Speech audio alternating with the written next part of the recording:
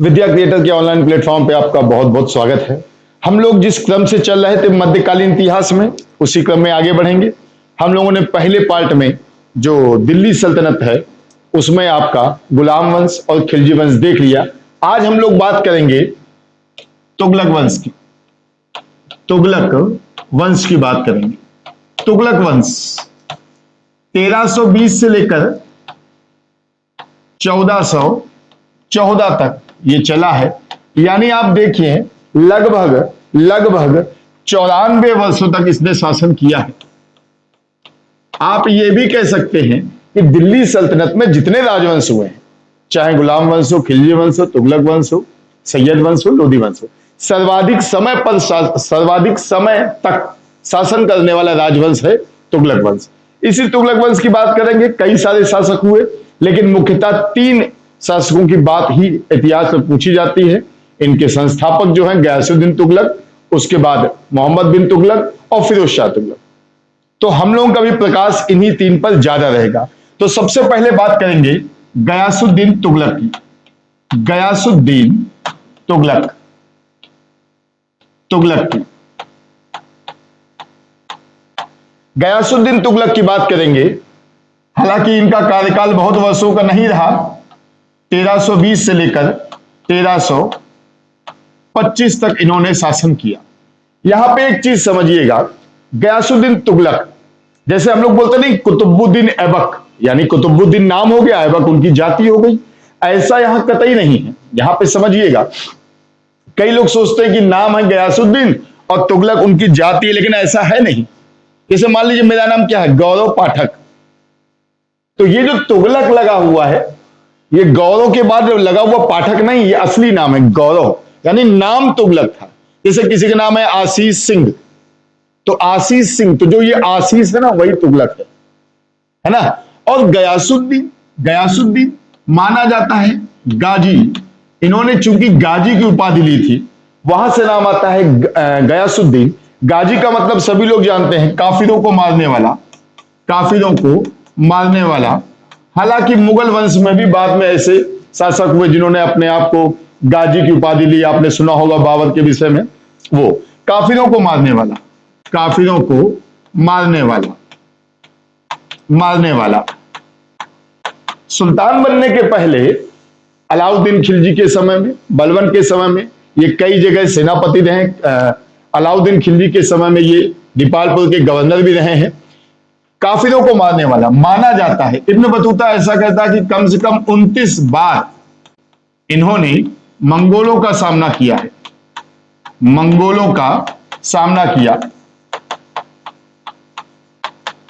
Ibn Battuta इसे 29 कहता है। अलग अलग इतिहासकार बजनी हो गए, बदायूनी हो गए, इनकी संख्याओं का उल्लेख करते हैं, लेकिन इब्न बतूता कहता है कि ऐसा 29 बार हुआ।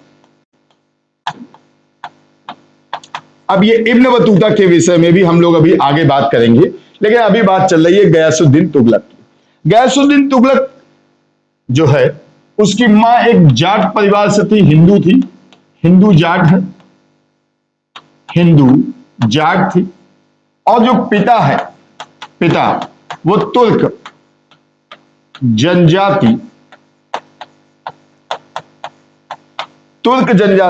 जो तुर्क जनजाति है उससे जुड़े हुए हैं। यहां पे समझिएगा, जो तुर्क है, अफगानी है, ईरानी है, वो सभी क्या है भैया, देखिए यहां पे एक झगड़ा भी है।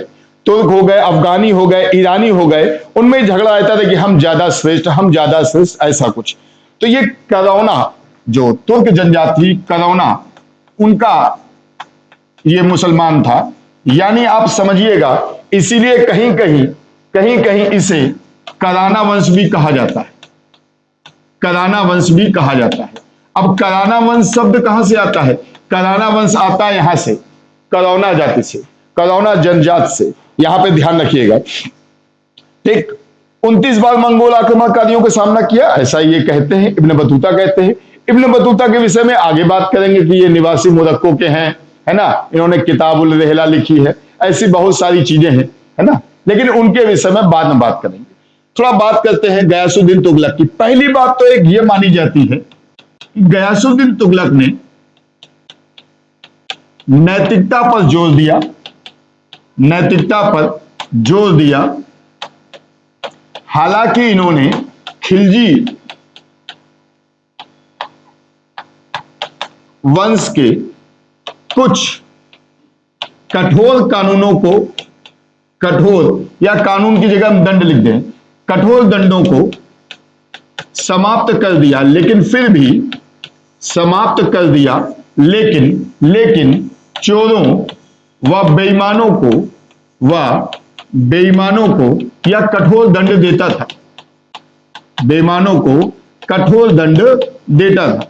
यहां पे समझिएगा, कहने का यह मतलब है कि खिलजी ने जो कठोर दंड देने की नीति अपनाई उसको उन्होंने थोड़ा सा कम कर दिया, लेकिन फिर भी चूंकि नैतिकता पे जोर देता था, इसीलिए चोर, बेईमान, सरकारी धन की जिसे कहते हैं ना चोरी करने वाले, ऐसे लोगों के प्रति इनके मन में कोई भी दया नहीं थी।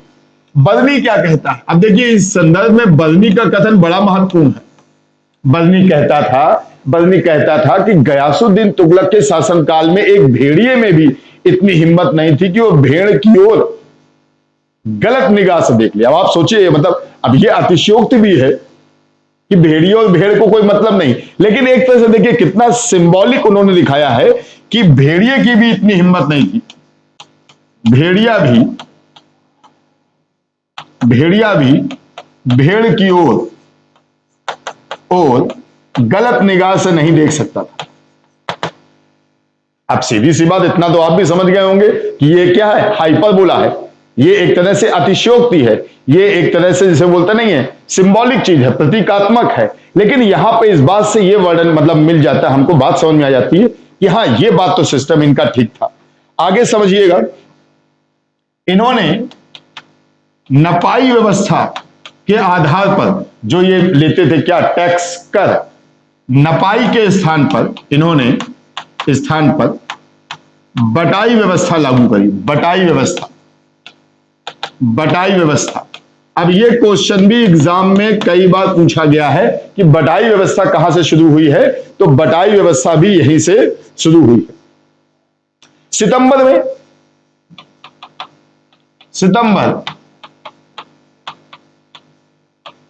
1320 में खुसरो शाह की हत्या करके, खुसरो शाह की हत्या करके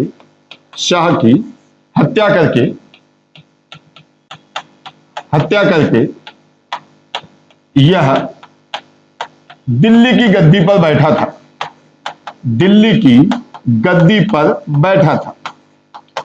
खुसरो शाह की हत्या करके यह दिल्ली की गद्दी पर बैठा था। प्रजा की भलाई के लिए बोला जाता है, इसने बहुत सारे काम किए। माना जाता है कि इसने नहरों का, जो नहर होती है, नहरों का निर्माण कराया।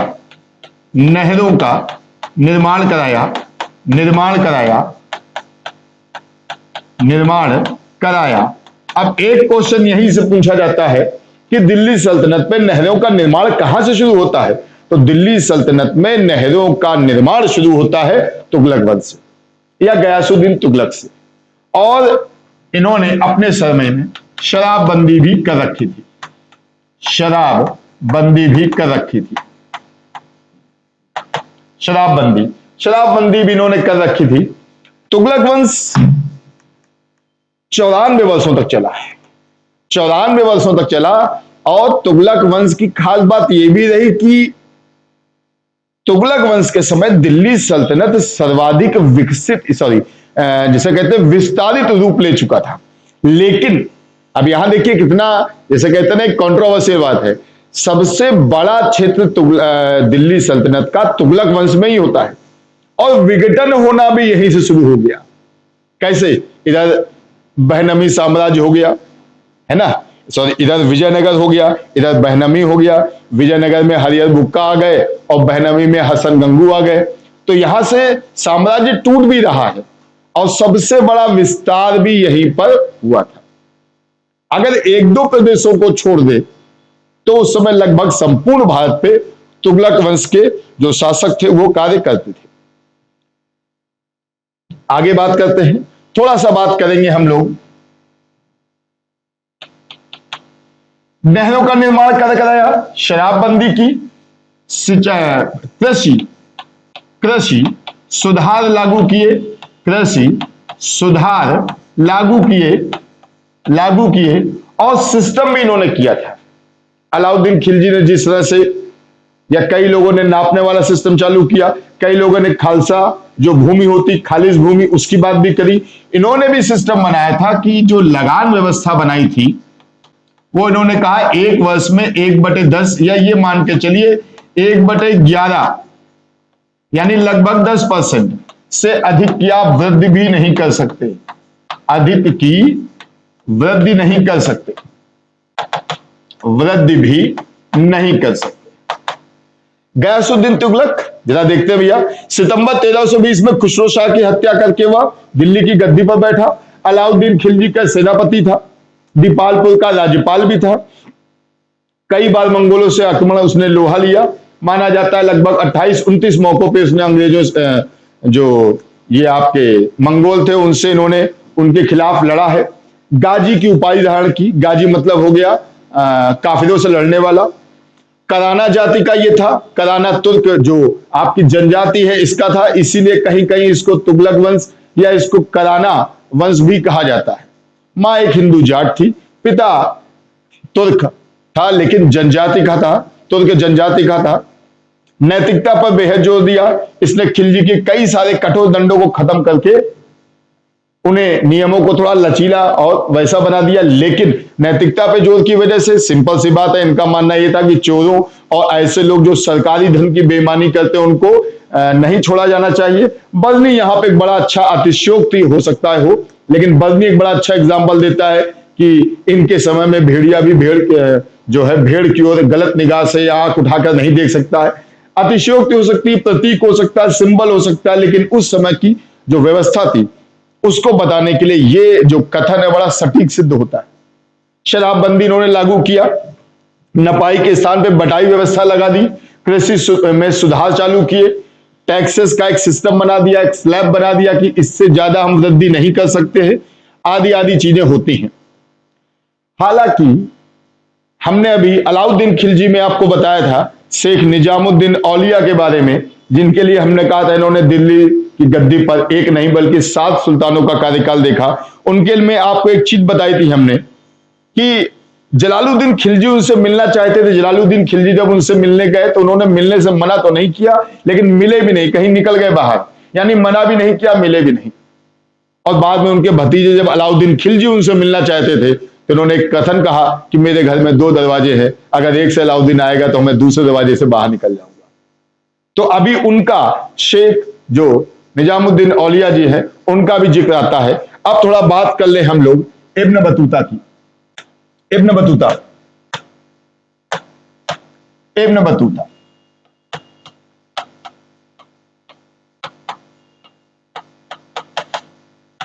मोरक्को का निवासी है, मोरक्को का निवासी है।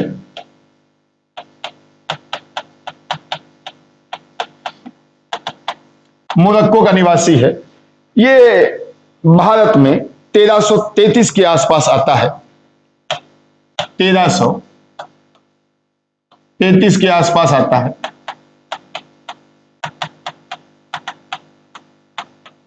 भारत आता है।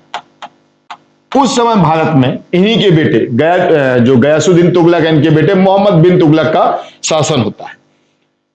इब्न बतूता की जो सबसे प्रसिद्ध एक किताब है, प्रसिद्ध किताब है,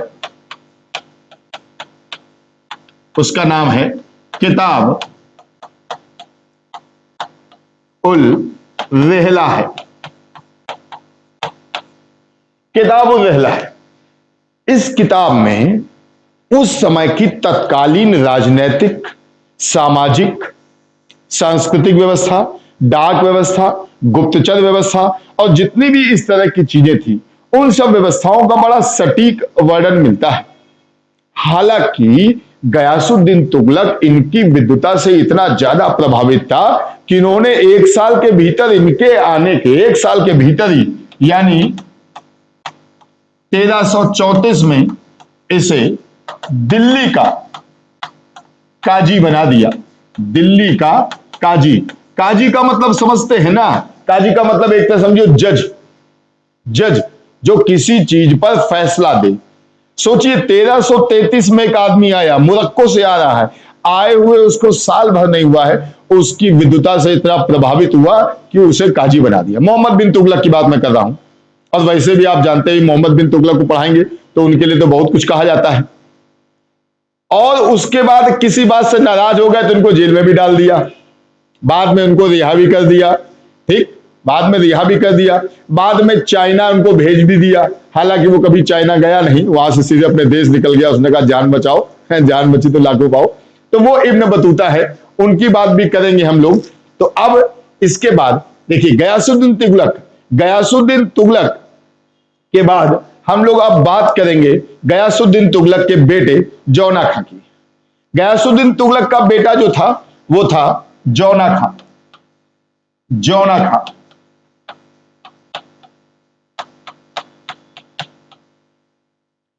जिसे इतिहास में मोहम्मद बिन तुगलक, मोहम्मद बिन तुगलक के नाम से जानते हैं।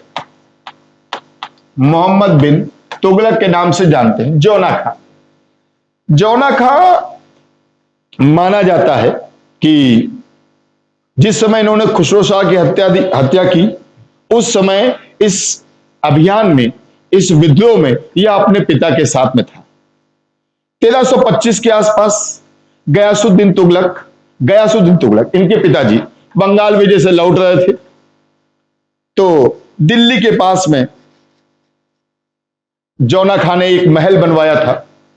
इन्होंने कहा भाई आइए, पिताजी से कहा आइए। वहां पिताजी आते हैं, प्रोग्राम चल रहा होता है, और नया महल बना था, वहां प्रोग्राम चल रहा होता है। और कुछ ऐसा हुआ कि मंडप मंडप में सब लोग बैठे थे, कैनोपी के पास सब लोग बैठे थे, प्रोग्राम चल रहा था। और बताते हैं कि हाथियों की वजह से, उनके आने की वजह से कुछ ऐसा हुआ कि जो वो लकड़ी का वो जो पूरा बना हुआ था ऊपर की कैनोपी या छत जो कह लो, वो टूट गई और वो गिर गई और उसके नीचे दब के गयासुद्दीन तुगलक की मौत हो जाती है। अब यहां पे इतिहासकार अधिकतर ये मानते हैं, अधिकतर, कि जौना खां ने स्वयं अपने पिता को मरवा दिया, ऐसा लोग मानते हैं। इसमें विवाद है, कुछ लोग कहते हैं नहीं अपने पिता को मरवाया, कुछ लोग कहते हैं अपने पिता को नहीं मरवाया।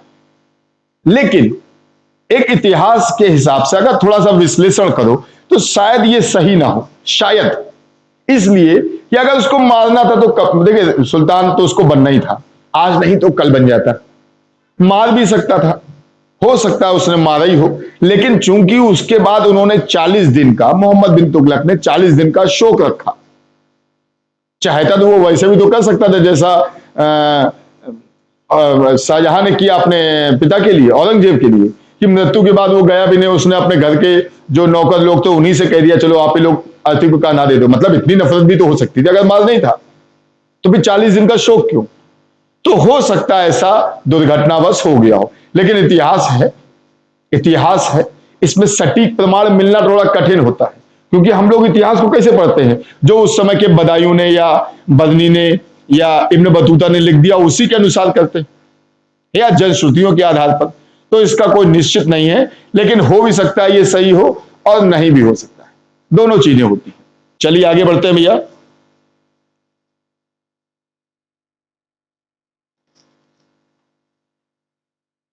जौना खां, मोहम्मद बिन तुगलक। मोहम्मद बिन तुगलक इतिहास के सबसे विवादास्पद शासकों में से एक माना जाता है। इतिहास के सबसे विवादास्पद कैरेक्टर्स में से एक माना जाता है। अब आप खुद सोचिए, यह दिल्ली सल्तनत का सर्वाधिक पढ़ा लिखा व्यक्ति था, सर्वाधिक पढ़ा लिखा व्यक्ति था।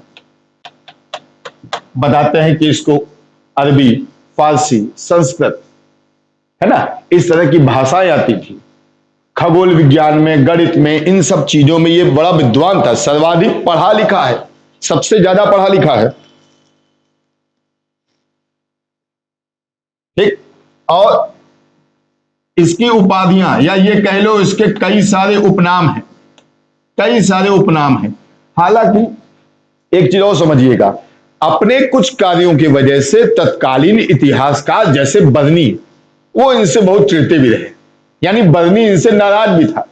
क्यों? इन्होंने कुछ ऐसे काम किए थे, काम शासकीय नहीं थे, कार्य ऐसे थे जो आपको लगेगा हाँ यार ये काम ऐसे थे जो एक इतिहासकार की दृष्टि से गड़बड़ या सही हो सकते हैं। तो समझिएगा इनके उपनाम क्या है।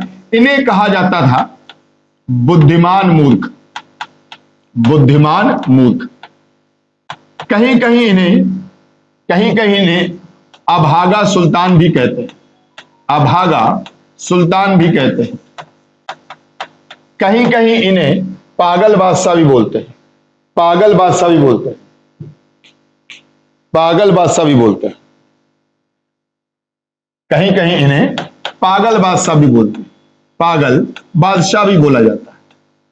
कहीं इन्हें रक्त पिपासु सुल्तान भी बोलते हैं, रक्त पिपासु सुल्तान भी बोलते हैं। कहीं इन्हें समय से आगे की सोचने वाला, आगे की सोचने वाला सुल्तान भी कहते हैं, आगे की सोचने वाला सुल्तान भी कहते हैं। कहीं इन्हें सपनों का राजकुमार भी बोलते हैं, सपनों का राजकुमार भी बोलते हैं। पागल बादशाह, लोग बोलते हैं इसके अंदर पागलपन के कुछ अंश थे, पागलपन के कुछ अंश थे, कुछ अंश थे।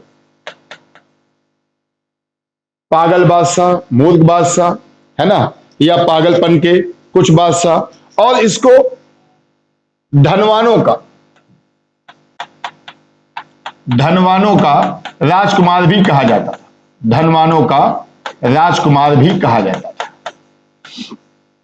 अब सोचिए इतने सारे उपनाम, हालांकि धनवानों का राजकुमार टॉमस एडवर्ड बोलते हैं इसको, टॉमस एडवर्ड बोलते हैं। अब आप देखिए एक व्यक्ति के कितने उपनाम हो सकते हैं, इसका मतलब आप समझिएगा कितना विवादास्पद इनका सिस्टम रहा होगा कि इनको इतने सारे नाम बनाए गए, इतने सारे इनके उपनाम हो गए।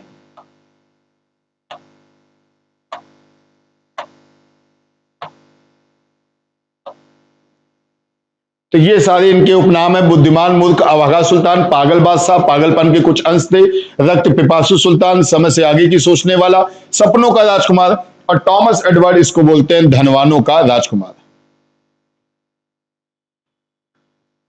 1325 में 1325 में ये गद्दी पे बैठे हैं मोहम्मद बिन तुगलक। 1325 से लेकर 1351 तक लगभग गद्दी पर बैठे 26 वर्षों तक। सबसे पहला काम क्या किया? सबसे पहला काम, अपने आप को इन्होंने अपने राज्य पर जो उलेमा थे, जो धार्मिक लोग थे, मुल्ला लोग थे, उनके प्रभाव से अपने आप को दूर किया। तो सबसे पहला काम तो इनका यही रहा कि राज्य शासन को उलेमा के प्रभाव से बाहर निकाला। इसका मतलब समझिएगा, अभी तक उलेमा लोग बिल्कुल हावी रहते थे राजा के ऊपर कि ये सही नहीं है, ये सही नहीं, शरीयत के हिसाब से ऐसा सही नहीं है, इस्लाम की दृष्टि से ऐसा सही नहीं है। और सीधी सी बात है, इतनी सब बात अगर बोल रहा हूं मैं माननी पड़ेंगी तो हमें आपको खुश भी रखना है। तो पहले पूर्ववर्ती सुल्तान क्या करते थे, उनको धन दौलत देते थे कि भाई आप लोग थोड़ा सा देखे सुने रहिएगा। इसने सबसे पहले कह दिया जाओ हमें तुमसे मतलब नहीं, हम अपने हिसाब से काम करेंगे, अपने हिसाब से काम करेंगे। इन्होंने शरीयत, जो शरीयत होती है, इस्लामिक कानून होता है, शरीयत के हिसाब से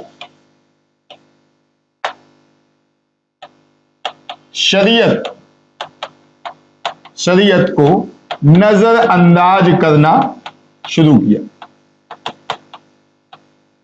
यानी इसने शरीयत के नियमों को छोड़ा, इसने कहा हम अपने नियम अपने हिसाब से लगवाएंगे। अब आप ऐसे समझ लो कि इसने सिक्कों पर, यानी इसने सिक्कों पर अपना नाम खुदवाया, खलीफा का नहीं, अपना नाम लिखवाया, खलीफा का नहीं। जबकि पूर्ववर्ती अधिकतर शासक क्या करते थे, खलीफा का नाम खुदवाते थे, खलीफा का नहीं। सीधी सी बात है, शासन हम करेंगे, खलीफा रहते हैं ईरान में, तुर्की में, फारस में, हमसे कोई मतलब नहीं, हम अपने हिसाब से काम करेंगे। यानी इसने अपने आप को लिखाया अल सुल्तान जिल्ले इलाही। अपने आप को इसने क्या बोला, इसने अपने आप को बोला अल सुल्तान, सुल्तान जिल्ले इलाही, जिल्ले इलाही। और ये इसने अपने सिक्कों पर खुदवाया अपने लिए, अल सुल्तान जिल्ले इलाही। खलीफा का नाम नहीं खुदवाया, अपने नाम का खुतबा पढ़वाया, अपने नाम का। यहां पे खलीफा के नाम के आधार पे इन्होंने खुतबा नहीं पढ़वाया। हालांकि इन्होंने कुतुबुद्दीन ऐबक के अलावा जितने भी सुल्तान थे सबका नाम लिया, लेकिन खलीफा का नाम नहीं लिया। लेकिन एक चीज समझिएगा, अपने शासन के अंतिम समय आते आते इनमें धीमे धीमे ये बात आ गई कि नहीं, हमें ये काम नहीं करना चाहिए। बाद में ये फिर से उलेमाओं के शरण में गए। बाद में इन्होंने जो है खलीफा के नाम का खुतबा भी पढ़वाया, खलीफा के नाम से सिक्के भी चलवाए। लेकिन प्रारंभिक समय में इन्होंने राजत्व का जो सिस्टम था उसको धर्म से बिल्कुल अलग रखा। ठीक है भैया, चलिए समझिएगा। हिंदुओं के प्रति इसकी नीति, हिंदुओं के प्रति इसकी नीति कट्टर नहीं थी, कट्टर नहीं थी। भाई समझ गया था कि भारत की बहुसंख्यक आबादी क्या है, हिंदू है। अब इसको हम जो है सबको मुस्लिम बना नहीं सकते हैं, और अगर हम सबको खुश नहीं रख पाएंगे तो भी दिक्कत होगी। हमें तो यहां शासन करना, लूटना थोड़ी है।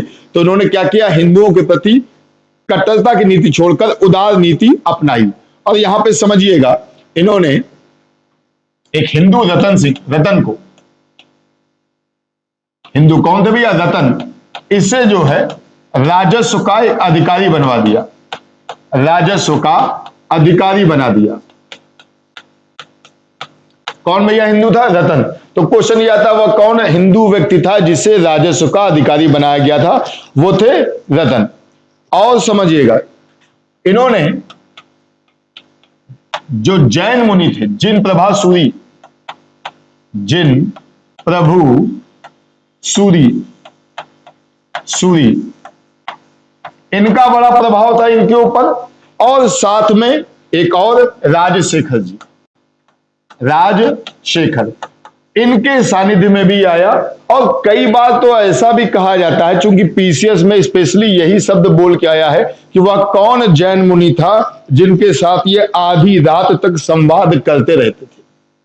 अब संवाद रोज करते थे, कभी किया हो, जो भी हो, लेकिन एक मुस्लिम शासक का एक जैन धर्म के व्यक्ति के साथ इतनी देर तक बातचीत या धर्म पे डिस्कशन उस समय के कुछ लोगों को रास नहीं आया। तो पहली बात तो ये अलग से क्वेश्चन पीसेस में आ चुका। हमने दोनों में भाई उसको जो है हाईलाइट कर रहे हैं उसको हम, है ना।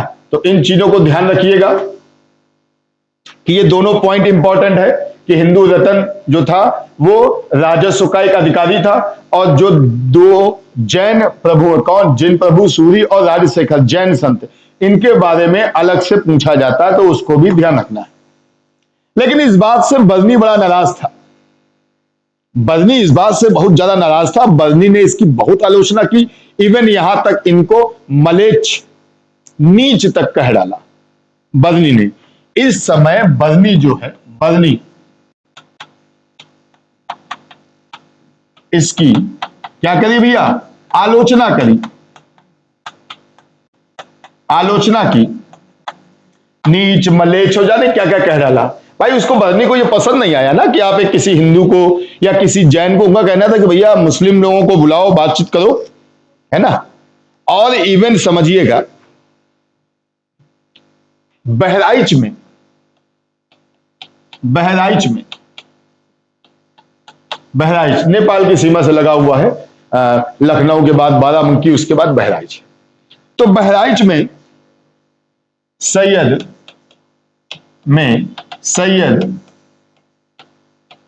सालार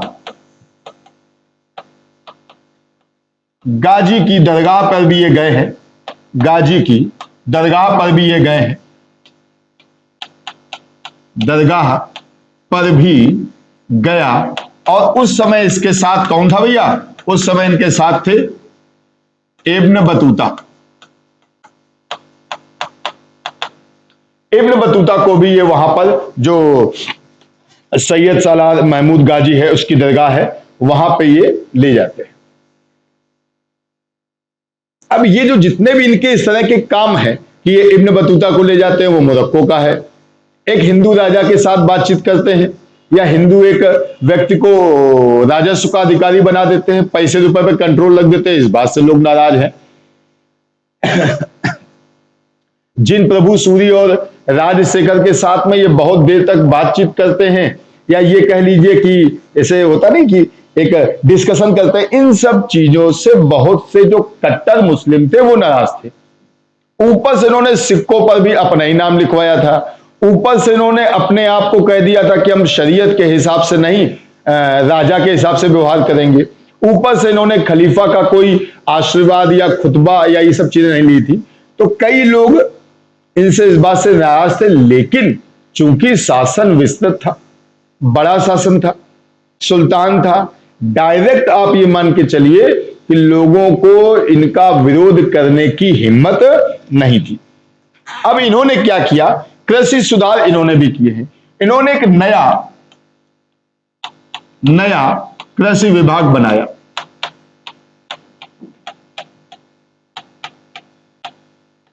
एक नया कृषि विभाग बनाया। अभी तक क्या होता था? फिर वही बात वही आ गई कि पहले नपाई के आधार पे करेंगे, फिर हम खालसा भूमि निकालेंगे, फिर हम इक्ता में दे देंगे, फिर अभी गयासुद्दीन तुगलक ने कह दिया कि नहीं ऐसा कुछ नहीं होगा, हम बटाई पे देंगे। इन्होंने भैया कृषि सुधारों को फिर से लागू किया और अमीर कोही या दीवाने अमीर कोही एक नया डिपार्टमेंट बनाया और कहा एक काम करो भैया, है ना, जो सिस्टम है उसको फिर से अपडेट किया जाए। और इस सिस्टम ने इनका जो कृषि विभाग था उसने काम भी करना शुरू किया। हालांकि इनके मेन 3 काम माने जाते हैं कि सबसे पहले तो इन्होंने दिया, इसी विभाग ने क्या किया, सबसे पहले देना चालू किया तत्काल ऋण। ऋण को आप वही लोन, है ना, तत्काल ऋण देना शुरू किया। यानी जो लोग जरूरतमंद हैं उनको अगर आवश्यकता है पैसे की कृषि कार्यों के लिए तो उनको ऋण देना शुरू किया। और इस ऋण को बोलते थे तकाबी। इस ऋण को बोलते थे क्या भैया? तकाबी बोलते थे। और ये देना शुरू किया। हालांकि जो धन दिया जाता था, जो पैसा दिया जाता था, उसको सोंधार बोलते थे। उस पैसे को बोलते थे क्या भैया? सोंधार। तो पहला काम तो ये है भैया इनका, पहला काम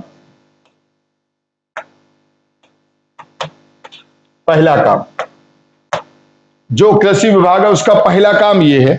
दूसरा क्या काम कर दिया गया कि राज्य की ओर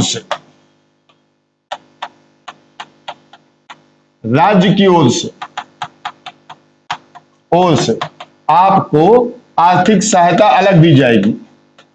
आर्थिक सहायता जैसे हम लोग क्या नहीं होता है, अनुदान दे देंगे, या जिसको एक शब्द और होता है जिसको बोलते हैं हम लोग क्या, वो इंग्लिश का एक वर्ड है अनुदान के साथ साथ, कि जैसे ये पैसा हम दे देंगे, क्या बोलते हैं उसको, शब्द याद नहीं आ रहा है ना, वो भी मौके पे याद आएगा।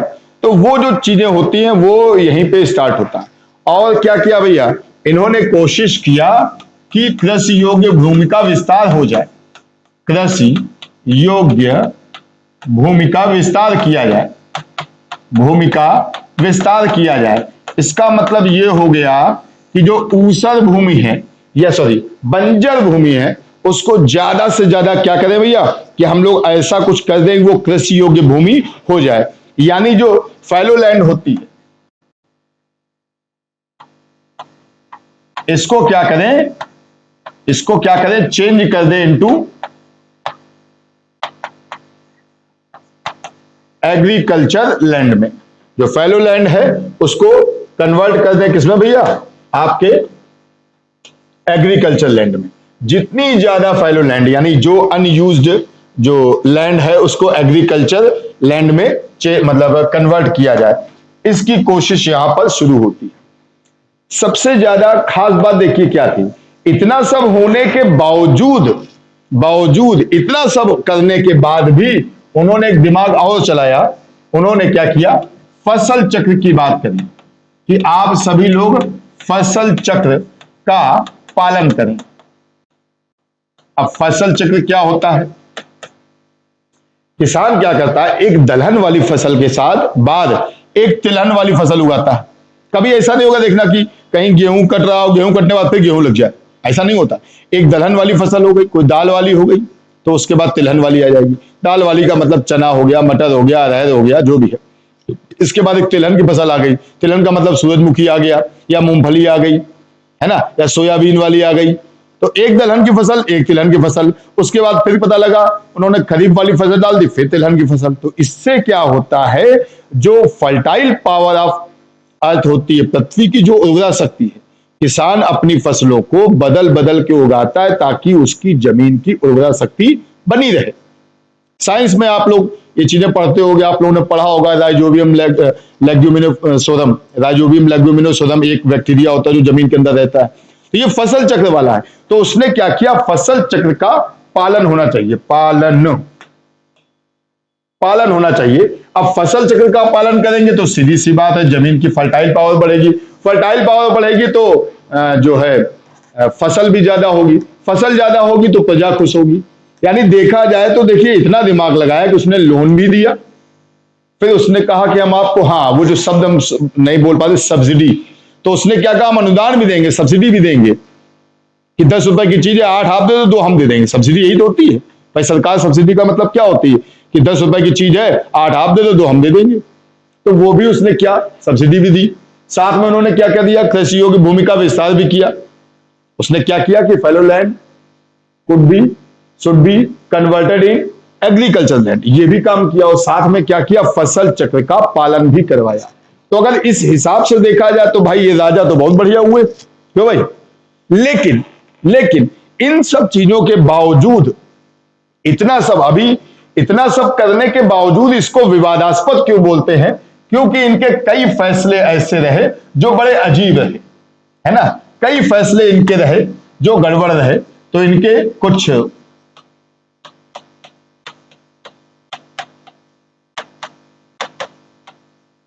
कुछ विवादास्पद फैसलों की बात करें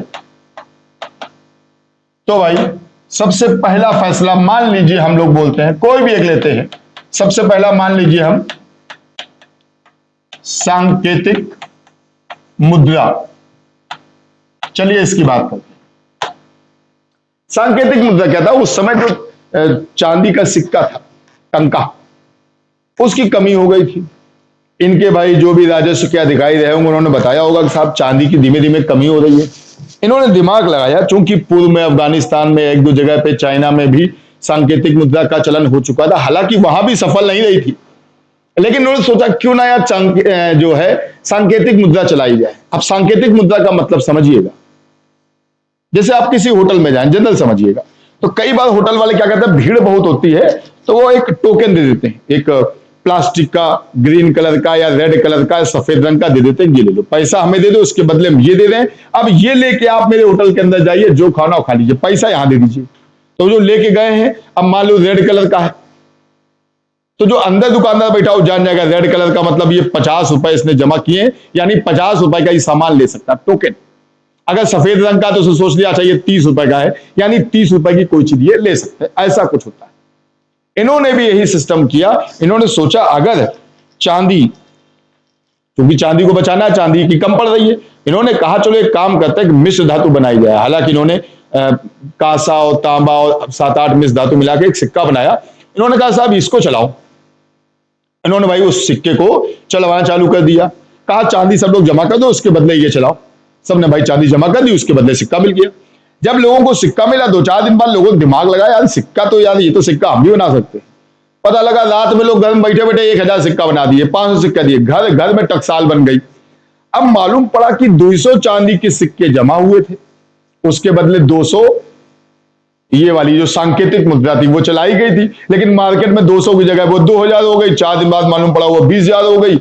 अब इनको अपनी गलती का एहसास हुआ, क्योंकि सिक्कों का जो निर्माण होता है उसका कंट्रोल इनके हाथ में नहीं था। अगर इनके हाथ में होता कि हम ऐसी कोई मोहर लगाएंगे या कुछ ऐसा रखेंगे कि कोई और इसको कर ना पाए, कोई इसकी नकल ना कर पाए, अगर इन्होंने ऐसा किया होता तो काम बन गया होता।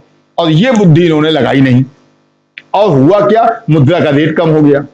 अब मार्केट में इतने सिक्के आ गए, मार्केट में इतने सिक्के आ गए कि पता लगा आदमी बोरा बोरा भर के सिक्का लिया जा ले। तो इन्होंने ये योजना इनको बंद करनी पड़ी। देखो योजना बहुत सही थी। आज दुकानदार ये लखनऊ में, कानपुर में, दिल्ली में बड़ी बड़ी जगह जाओ टोकन चलाते हैं, टोकन चलाया अगले ने, लेकिन पूरी बुद्धि नहीं लगाई। इसका मतलब हम कह सकते हैं कि फैसला तो बहुत सटीक था, लेकिन उतनी बुद्धि तेज लगा नहीं पाए। ठीक, और क्या था भैया, एक और फैसला इनका, एक था भैया राजधानी परिवर्तन। राजधानी परिवर्तन, राजधानी परिवर्तन। अब आप समझिए, आपको एक छोटा सा ऐसे बता दें, मान लीजिए ये इंडिया का नक्शा है ना, इधर का। अब दिल्ली यहां है और दौलताबाद यहां है, दौलताबाद, दौलताबाद, दिल्ली यहां है। अब आप इसको राजधानी परिवर्तन का मतलब हो गया दिल्ली से दौलताबाद।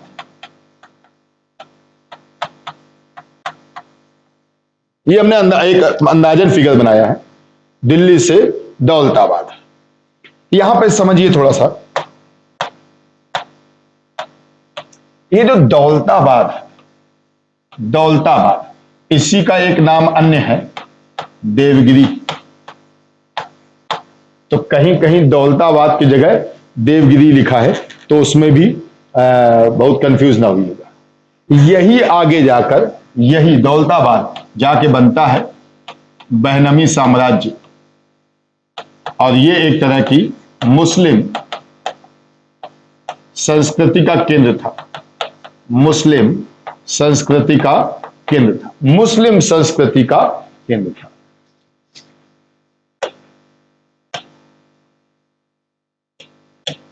मुस्लिम संस्कृति का केंद्र था।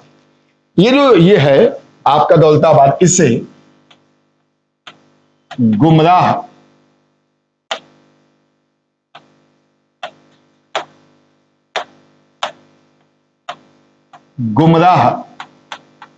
शक्ति का स्मारक भी कहा जाता है। गुमराह शक्ति का स्मारक, गुमराह शक्ति का स्मारक। हालांकि गुमराह शक्ति का जो स्मारक है, ये कौन कहता है, ये लैंडपूल कहता है। लैंडपूल,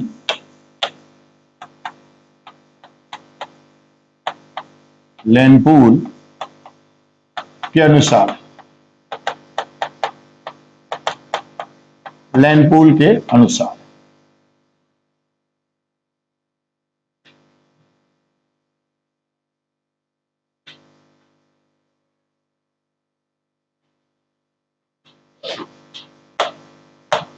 गुमराह शक्ति का स्मारक भी कहा जाता है, और इसे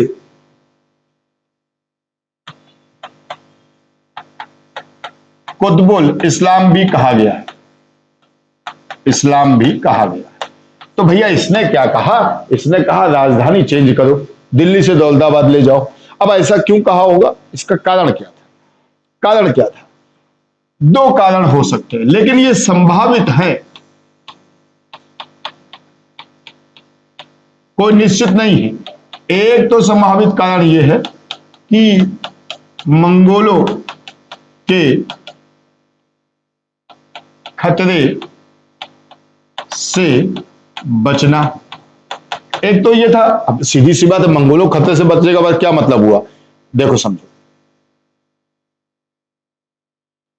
हम यहां पे हैं, मंगोल यहां से आते हैं, चाइना से आते हैं, इधर से आते हैं। तो सबसे पहले अब सोचना, अगर मंगोल आएंगे, ऊपर ही से आते थे, इधर से आ रहे हैं मंगोल, तो भैया अब यहां से समुद्र पार करके तो मंगोल आ नहीं जाएंगे। मंगोल कहां से आएंगे यहां से, तो या इधर से। सबसे पहले भैया यही दिल्ली पे हमला करेंगे। उन्होंने कहा अगर हम राजधानी यहां ले आएंगे तो मंगोल यहां तक आ ही नहीं पाएंगे। जब तक आएंगे तब तक हमको मालूम पड़ जाएगा, तैयारी का समय मिल जाएगा। क्लियर? एक कारण। दूसरा कारण यह था, दूसरा कारण क्या हो सकता था?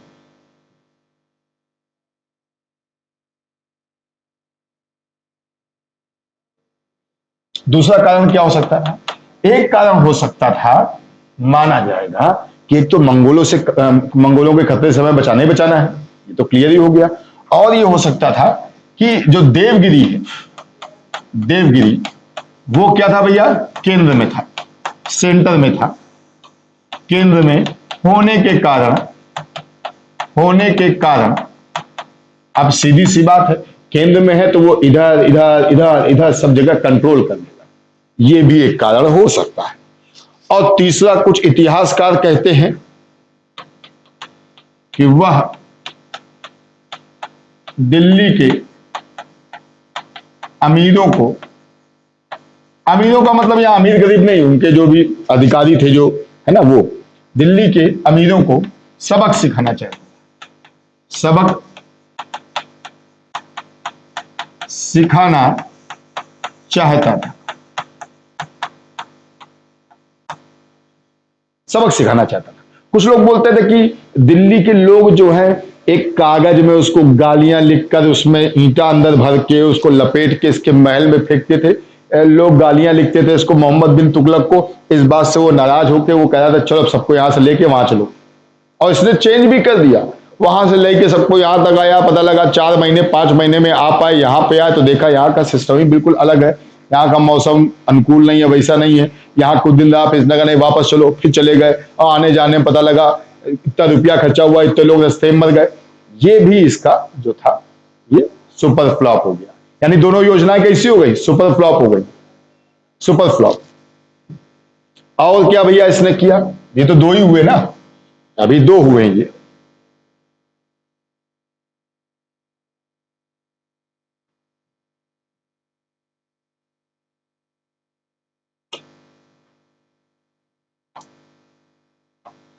दो दो ही तो हुए, अभी और देखते हैं।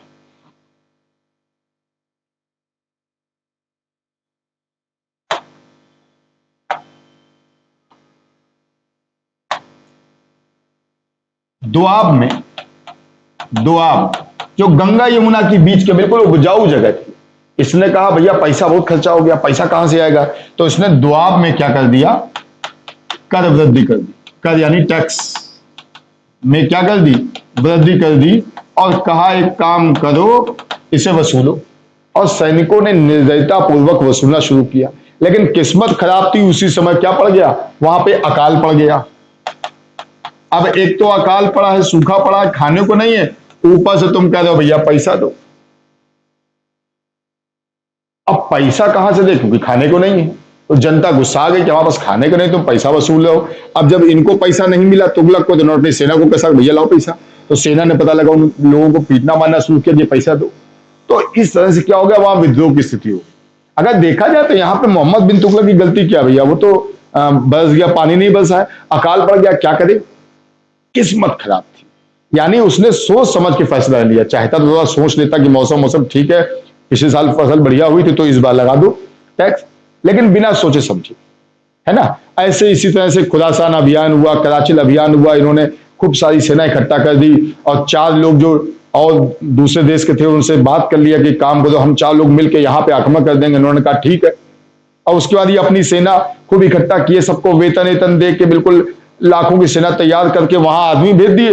और मालूम पड़ा जिन 2 आदमियों से बात हुई थी कि तुम लोग हेल्प करना, उनके राज्य में मालूम पड़ा कि वो लोग सत्ता से हट चुके, उनकी जगह कोई दूसरा आ गया। जो दूसरा आया उसने कहा हम तो तुम्हारा साथ नहीं देंगे। तो सेना जैसे गई थी वैसे ही लौट आई। अब जो पैसा दे दिया सेना वालों को नगद, तैयारी में जो खर्चा हुआ वो सब खर्च हो गया। यानी देखा जाए तो इसके जितनी भी योजनाएं थी सब बेकार हो गई। लेकिन क्या तुगलक की गलती थी? तुगलक ने तो अपनी सेना भेज दी जाए वहां पे ये अभियान करो, लेकिन वहां के शासक बदल गए, किस्मत। दोआब में इतनी बढ़िया फसल हो रही थी गंगा यमुना के बीच में, बढ़िया पैसा आ रहा था, इन्होंने कहा इस बार टैक्स ज्यादा ले लो, अकाल पड़ गया, किस्मत। राजधानी परिवर्तन सोचा तो बहुत सही था कि मंगोलों से बच जाएंगे, सोचा तो बहुत सही था सेंटर में, लेकिन वहां की मौसम जलवायु सिस्टम ठीक नहीं रहा, किस्मत। किस्मत भी, इसीलिए इसको अभागा सुल्तान कहते हैं। और यहीं से एक बात मेरे दिमाग में आती है कि इसकी सारी योजनाएं तो फ्लॉप हो गई, कोई योजना सफल तो हुई नहीं। तो क्या इसने अपने पिता को रियल में मरवाया था? अगर इसने अपने पिता को रियल में मरवाया था, अगर, तो इसका मतलब कम से कम एक योजना तो इसकी हिट हुई है, सब तो फ्लॉप होने देख लो। अगर रियल में इसने अपने पिता को मरवाया, योजना बनवा के, लोग बोलते हैं योजना बनवा के पिता को मरवाया, अगर योजना बनवा के पिता को मरवाया तो कम से कम एक योजना तो ऐसी रही जो सफल हुई, बाकी सब तो असफल हो गई। ठीक, तो हालांकि ये कहता है कि इसका एक बड़ा प्रसिद्ध कथन है, क्या कहता है कि मेरा जो साम्राज्य है वो रुग्ण हो गया, बीमार हो गया, my emperor is sick and I want to cured him, I want to cured him, but when I go for fever then headache is start and when I go for headache then other thing happen. यानी मेरा जो राज्य है, राज्य वो रुग्ण हो गया, सिक हो गया, राज्य क्या हो गया, रुग्ण, यानी बीमार हो गया। जब हम सर दर्द का इलाज करने जाते हैं तो बुखार हो जाता है, जब बुखार का इलाज करने जाते हैं तो कुछ और हो जाता है। यानी एक चीज करो तो इधर कुछ हो जाता है, इधर कुछ करो तो इधर कुछ हो जाता है। वो एक किसी ने एक बहुत बड़ा पुराना, बहुत पहले एक शेर बोला था ना कि ये चादर सुख की मौला तू सदा छोटी क्यों बनाता है, ये चादर सुख की मौला तू सदा छोटी क्यों बनाता हूं, सिरा कोई भी थामू एक तो दूसरा छूट जाता है। एक शेर है कि ये चादर सुख की मौला तू सदा छोटी क्यों बनाता है, सिरा कोई भी थामू एक तो दूसरा छूट जाता है। जब इधर पकड़ रहा है तो इधर छूट गया, इधर छोड़ रहा है तो इधर पकड़ लिया। मतलब इसने कहा मैं, हमारी सिस्टम, मेरा तो राज्य ऐसा हो गया, बीमार हो गया कि हम जब सर दर्द का इलाज करते तो बुखार चालू हो जाता, बुखार ठीक करते तो पेट दर्द शुरू हो जाता, पेट दर्द ठीक करे तो पता लगा आंखों में दिक्कत हो गई, कुछ ना कुछ यहाँ पे समस्याएं लगातार होती ही रहती हैं। तो ये बात हमने करी आपके मोहम्मद बिन तुगलक की। नहरों का निर्माण भी इसने कराया, नहरों का निर्माण कराया, नहरों का निर्माण भी इसने कराया। और यहां पे समझना, बाद में इसकी मृत्यु हो जाती है, और जब इसकी मृत्यु होती है तो जो बदायूं है, बदायूनी, वो क्या कहता है, उसे अपनी प्रजा से और प्रजा को उससे मुक्ति मिल गई, मुक्ति मिल गई। ठीक है भाई, चलिए आगे बढ़ते हैं, आगे बढ़ते हैं। इसके बाद शासन की बागडोर आती है, किसके हाथ में? इसके बाद शासन की बागडोर आती है फिरोज शाह तुगलक के हाथ में। फिरोज शाह तुगलक, फिरोज शाह तुगलक के हाथ में आती है। फिरोज शाह तुगलक 1351 से लेकर 1388 तक शासन करता है। 51 से लेकर 1388 तक शासन करता है। फिरोज शाह तुगलक जब गद्दी पर बैठा तब तक अमीर उलेमा सब मोहम्मद बिन तुगलक से बड़ा नाराज था। तो सबसे पहला काम ये क्या करते हैं,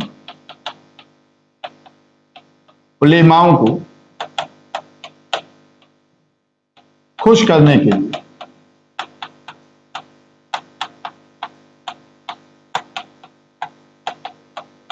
उलेमाओं को खुश करने के लिए, अब यहां पे समझिएगा, उसने उलेमाओं को खुश करने के लिए क्या किया कि सबसे पहले सबके साथ उदारता पूर्वक जिसे कहते नहीं है कि व्यवहार किया और सबको खूब जागीरें दी, पैसा दिया, रुपया दिया कि सब लोग लो, सब लोग खुश रहो। और अगर उलेमा खुश रहेगा तो सीधी सी बात है, प्रजा को वो लोग अच्छी अच्छी बातें बताएंगे, नमाज के समय बताएंगे नहीं हमारे सुल्तान बड़े अच्छे हैं। सुल्तान भले किसी के लिए कुछ ना करें लेकिन उलेमा के लिए तो कर ही रहे हैं। उलेमा कम से कम इतनी बात तो कह सकता है सुल्तान बड़े अच्छे, ताकि जनता को लगे बहुत बढ़िया है ना। ये सब इन्होंने काम शुरू किया सबसे पहले। और क्या किया, राज्य के खर्च पर, राज्य के खर्च पर लोगों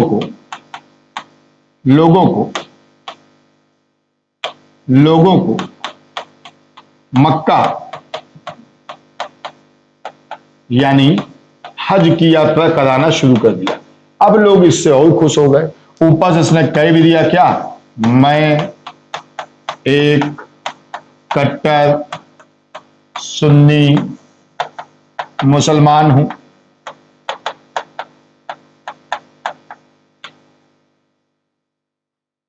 मैं एक कट्टर सुन्नी मुसलमान। अब लोग और खुश हो गए, साहब देखो कट्टर सुन्नी मुसलमान अपने आप को कह रहे हैं। अब ये पक्का किसी रतन जैसे हिंदू को राजस्व के पद पे नहीं रखेंगे, ये किसी जैन प्रभु से, जैन मुनि से इतनी देर डिस्कशन नहीं करेंगे। ये राज्य के खर्चे पे देखो सबको हज पे भी भेज रहा है। मौलाना उलेमा जितने भी लोग हैं बड़े इससे खुश है ना। और इसने क्या किया, इस्लाम के कानून, इस्लाम का कानून मतलब समझ गए भैया, शरीयत, शरीयत एवं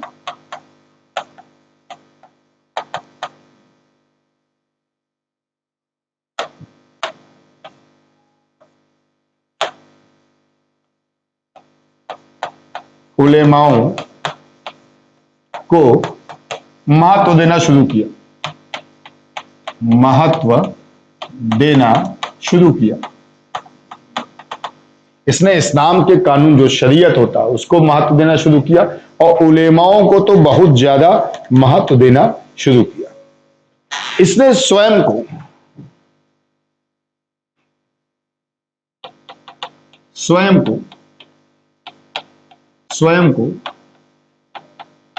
खलीफा का नायाब कहा, यानी खलीफा का नायाब। नायाब का मतलब होता है उप कप्तान जैसा नहीं होता, यानी अपने आप को कह रहा कि हम खलीफा के नायाब हैं, यानी खलीफा पहले सेकंड नंबर पे हम हैं। और सिक्कों पर खलीफा का नाम गुदवाया, खलीफा का नाम अंकित करवाया, नाम अंकित करवाया।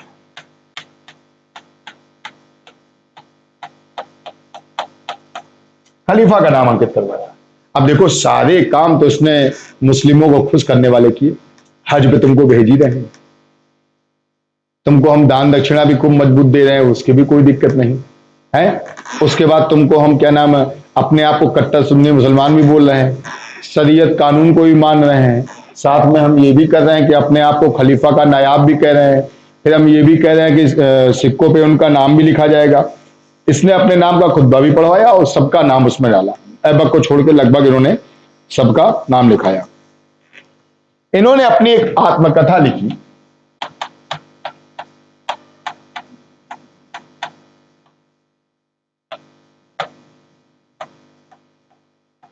फुतुहात ए फिरोज शाही।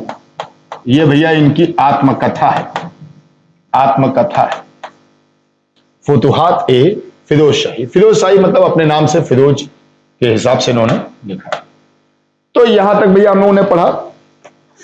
कहा जाता है इसे गुलामों का बहुत शौक था।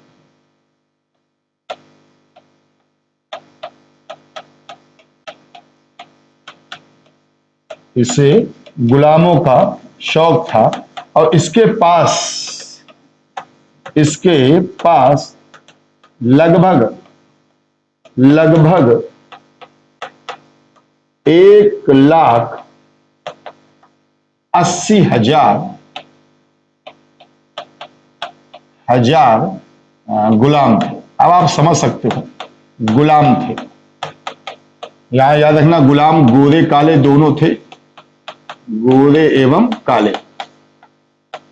यहां गोरे काले का मतलब वो नहीं होता, गोरे काले का मतलब निग्रोइड्स और इस तरह से, निग्रोइड्स काले वाले इस तरह से। तो गोरे काले दोनों लोग थे, दोनों तरह के थे। और इन्होंने इनके लिए बाकायदा गुलामों के लिए डिपार्टमेंट बनाया, अर्ज ए बंदगान, बंदगान, कहीं कहीं इसको दीवान ए बंदगान भी बोलते हैं।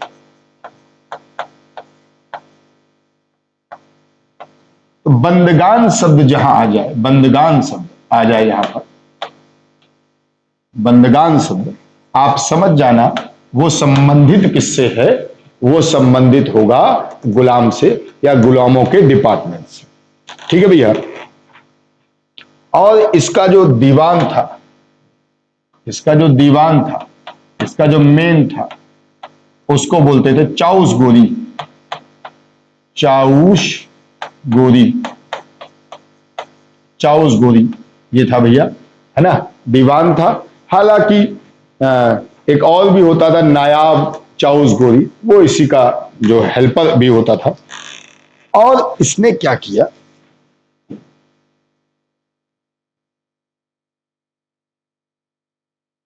इसने गुलामों का निर्यात बंद कर दिया। निर्यात, निर्यात समझ रहे हो भाई, बेचना, बेचना बंद कर दिया। अब काहे बेचना बंद कर दिया, इसको तो इतना शौक था रखने का, इसने कहा ना हम सब अपने पास रखेंगे। और कुछ अच्छे काम भी इसने किए, जैसे जैसे जैसे जो इसके पूर्ववर्ती सम्राट थे, कौन, मोहम्मद बिन तुगलक, उसके जो ऋण थे, जितने भी लोन, वो सब इसने क्या कर दिए, माफ कर दिए। जैसे आजकल सरकार नहीं बोल देती अगर हम सत्ता में आए तो सारा लोन माफ कर देंगे, आदमी कहता भैया कुछ और करो ना करो, इनको वोट दे दो, काहे लोन माफ कर देंगे। देखते हो ना, हर चुनाव में सुनते होगे किसानों का कर्जा माफ कर देंगे, किसानों का कर्जा माफ कर देंगे। वही इन्होंने भी किया, बस इन्होंने कहा कि नहीं कहा ये नहीं मालूम, लेकिन लोन जो था वो तो माफ ही कर दिया, है ना, लोन माफ कर दिया। लेकिन फिरोज शाह तुगलक को चीजों में बहुत जबरदस्त था। जैसे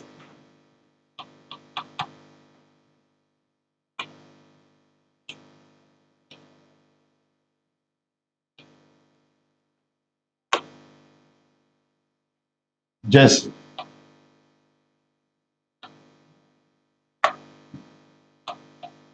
इसने एक रोजगार दफ्तर खोला, रोजगार दफ्तर खोला। अब आप कहोगे रोजगार दफ्तर में क्या होता था, जिसको भी रोजगार चाहिए दफ्तर में आए, उसकी बारीकी से जांच होती थी, उसके हिसाब से, उसकी क्षमता के आधार पर उसको कोई ना कोई काम दिया जाता था। अब जैसे आप रोजगार के लिए आए, हम आपसे पूछे भैया क्या कर सकते हो, तुम मेरे साथ घोड़ा चला लेंगे, चल भाई घोड़ा चलाओ। या तुम्हारे साथ हम सफाई कर लेते हैं, हमने 10 साल वहां काम किया, चलो भाई सफाई करो।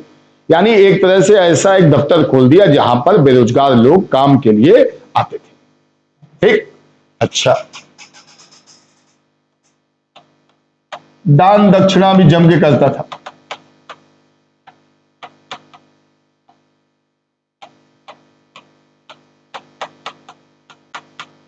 यानी भैया ये भी कमी नहीं कर रहा है, दान दक्षिणा भी दे रहा है, कि कोई ये ना कर पा भैया हमें दान दक्षिणा नहीं करते हैं। यानी सारे ऐसे काम करेंगे जो फायदेमंद हो। और इन्होंने क्या कहा, इन्होंने खोला दीवान ए खैरात। अब खैरात जानते हो, दान।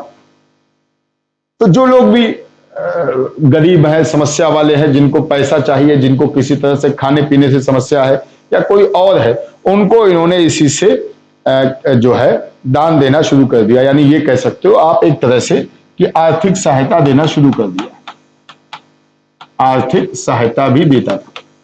हालांकि इसने कई गरीब मुस्लिम लड़कियों की शादी कराने की बात भी आती है कि साहब कई गरीब मुस्लिम लड़कियों की शादी भी कराई। और क्या किया भैया, इसने एक दारुल दारुल दारुल अल सफा अल सफा, ये क्या था? दारुल अल सफा क्या होता है? एक तरह से समझो भैया खैराती अस्पताल था, खैराती अस्पताल था बस। तो खैराती अस्पताल था। अब इसमें क्या था भैया? खैराती का मतलब समझ गए होगा, दान, यानी ये एक तरह का क्या भैया? अस्पताल है।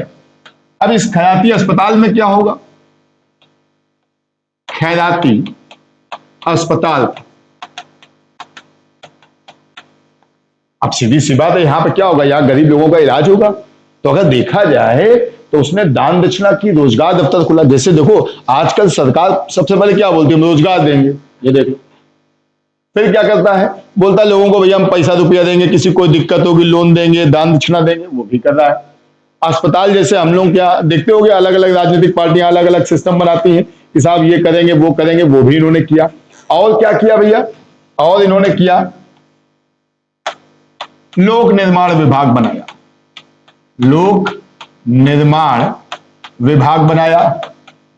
लोक निर्माण विभाग जैसे आजकल नहीं होता अपने आप पीडब्ल्यूडी, तो वैसे ही लोक निर्माण विभाग बनाया। और इस लोक निर्माण विभाग ने क्या किया? बहुत सारी चीजें बनाई जिसको हम लोग आज सुनते हैं। जैसे आप समझिएगा, फिरोज शाह कोटला, सबने सुना होगा, इसका निर्माण कराया, है ना? देखो एक चीज समझना, कहा तो यार बहुत कुछ जाता है। एक इतिहासकार है फरिश्ता, वो तो बहुत कुछ बोल देता है कि साहब इनने ये किया, उनने वो किया, या इस तरह की चीजें बनाई। लेकिन आप ऐसे समझो कि लोक निर्माण विभाग में देखो क्या बनाया। जैसे आपने एक खूब नाम सुना होगा, हिसार। क्यों भाई? हिसार। इस राज्य की स्थापना का श्रेय भी इसको जाता है ना? फतेहाबाद हो गया, फतेहाबाद हो गया, फिरोजाबाद हो गया,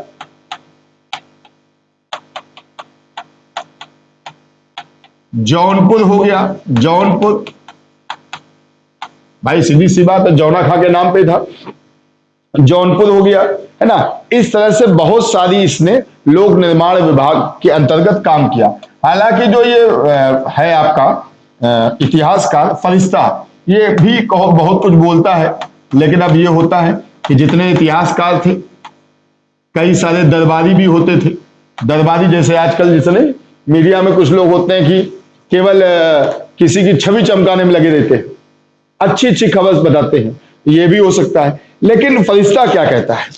फरिश्ता कहता है कि साहब इन्होंने अपने समय में कम से कम 40 मस्जिदें बनवाई थी। फरिश्ता ऐसा कहता है। और इस लोक निर्माण विभाग के लिए कहता है कि इसने साहब 40 मस्जिदें बनवाई, 20 महल बनवाए, 20 महल बनवाए, 30 स्कूल बनवाए। अब स्कूल लिखे दे रहे हैं भाई, ये मत कहना उस समय तो स्कूल शब्द होता ही नहीं था, है ना? स्कूल शब्द वैसे तो, है ना, स्कूल का मतलब हिंदी में अगर देखा जाए अर्थ होता है टाइम पास का स्थान, है। स्कूल का असल अर्थ देखा जाए यूनानी शब्द है, तो इसका मतलब होता है जहां पर वक्त बिताया जाए। तो अलग की बात है, आजकल कई लोग इसको सीरियस लिए हैं, स्पेशल स्कूल इसीलिए जाते हैं वक्त बिताएं। ठीक है, और देखते हैं, कहता है कि साहब 200 नगर बनाए, 100 सराय बनवाई। सराय, सराय जहां पर यात्री, जब जो यात्री होते थे वो रुकते थे, उसके अलावा जो व्यापारी जाते थे कहीं कोई सामान बेचने तो रात में रुकना होता था, है ना? और कहता है कि 150 तो पुल बनवाए, 150 पुल बनवाए, और कम से कम 5 बड़ी नहरें बनवाई, बड़ी नहरें बनवाई।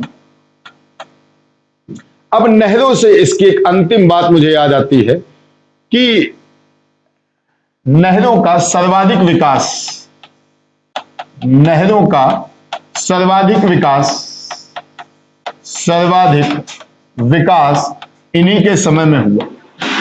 विकास इन्हीं के समय में हुआ, इन्हीं के समय में हुआ। नहरों का सर्वाधिक विकास इन्हीं के समय में हुआ। माना जाता है कि इन्होंने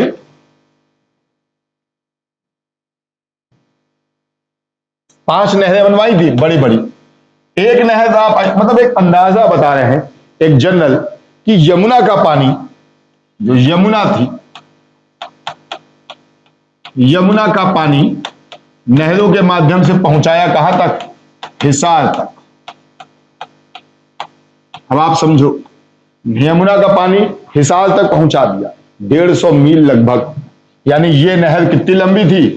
150 मील। ये नहर, 5 नहर बड़ी बनवाई इन्होंने। और दूसरा क्या था भैया? एक इन्होंने बना